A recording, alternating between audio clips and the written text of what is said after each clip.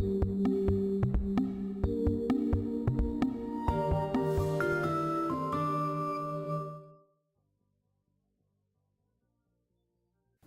I'd like to first invite our panelists up to the stage.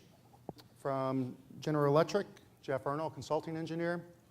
From Bell Helicopter, Jeff Cloud, the manager of systems engineering, engineering operations. From Tech Clarity, Jim Brown, the president of Tech Clarity, which is a respected and influential industry analyst firm. And from Dassault Systems, Kevin Bakke, director of user experience. Thanks for joining us, gentlemen.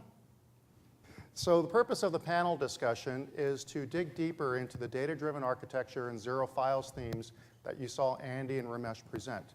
So Andy and Ramesh have given you a feel for the DS perspective on what we're doing. What we intend to do with the panel discussion is to give you some perspective from a customer point of view, from a market point of view, of how this is perceived and how this might be implemented and how the benefits might be realized. Hi, I'm Jeff Erno. My official title is consulting engineer. So my experience is I've been working for GE for about 20 years.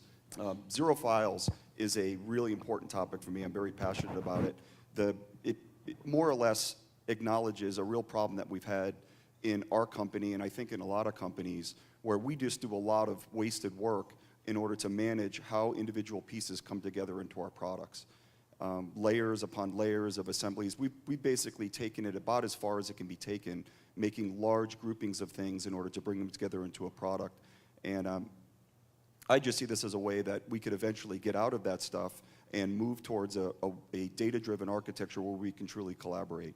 I'm the manager of systems engineering and engineering operations. So to kind of expand on what Jeff said, kind of going with zero-based files and a data-driven architecture.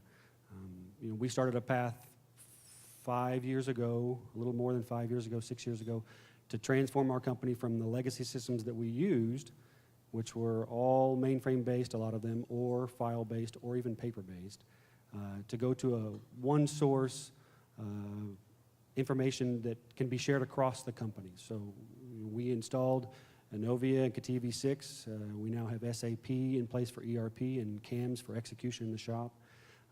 And we chose to use ENOVIA not as an engineering tool or even as just a CAD data manager, right? We expanded it. So yes, the engineers are in there, and they're probably some of the more prolific users, but we manage our aircraft and our product data from contracts, so our contract organization, all the way down to capturing the delivered aircraft as-built bill of material in ENOVIA from the beginning to end. So all of our documents are now more like objects, right? We have them in one place. All the approvals are in ENOVIA. There's one place to go to for everyone in the entire company to go and find the information. They don't have to ask someone to go and find it. It's not locked in someone's drawer, et cetera.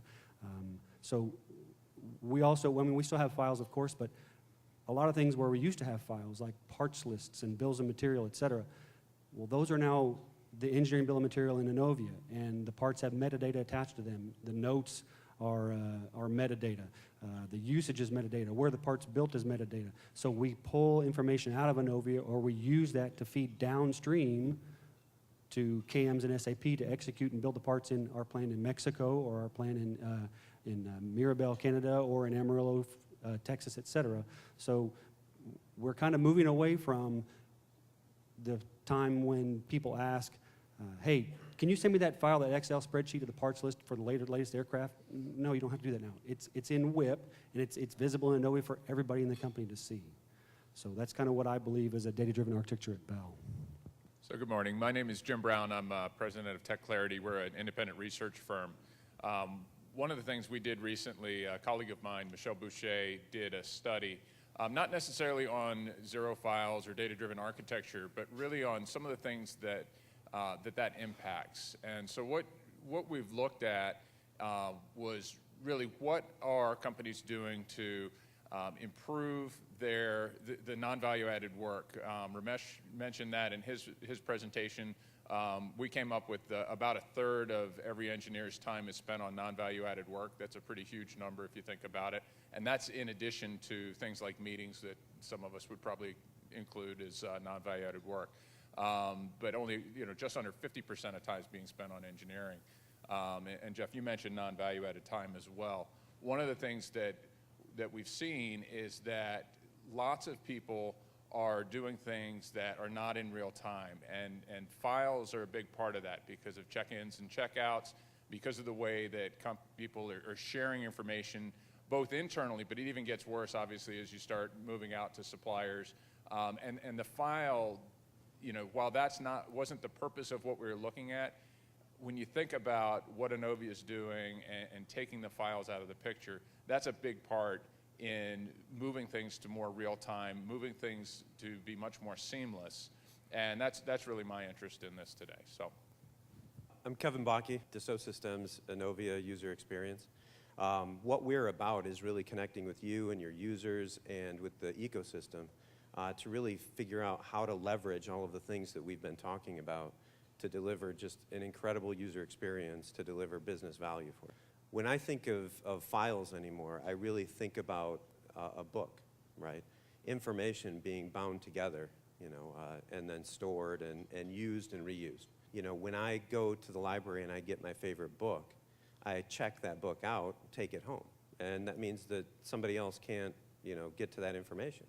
They could, I could copy it, right? I could replicate that book or buy a second copy. But you can see that's friction. That's the waste that we talk about. That's trying to overcome a limitation that we have. I would challenge you to think about these things. When we talk about data-driven architecture, apply that analogy or your own. I'm sure you'll be able to come up with many as well.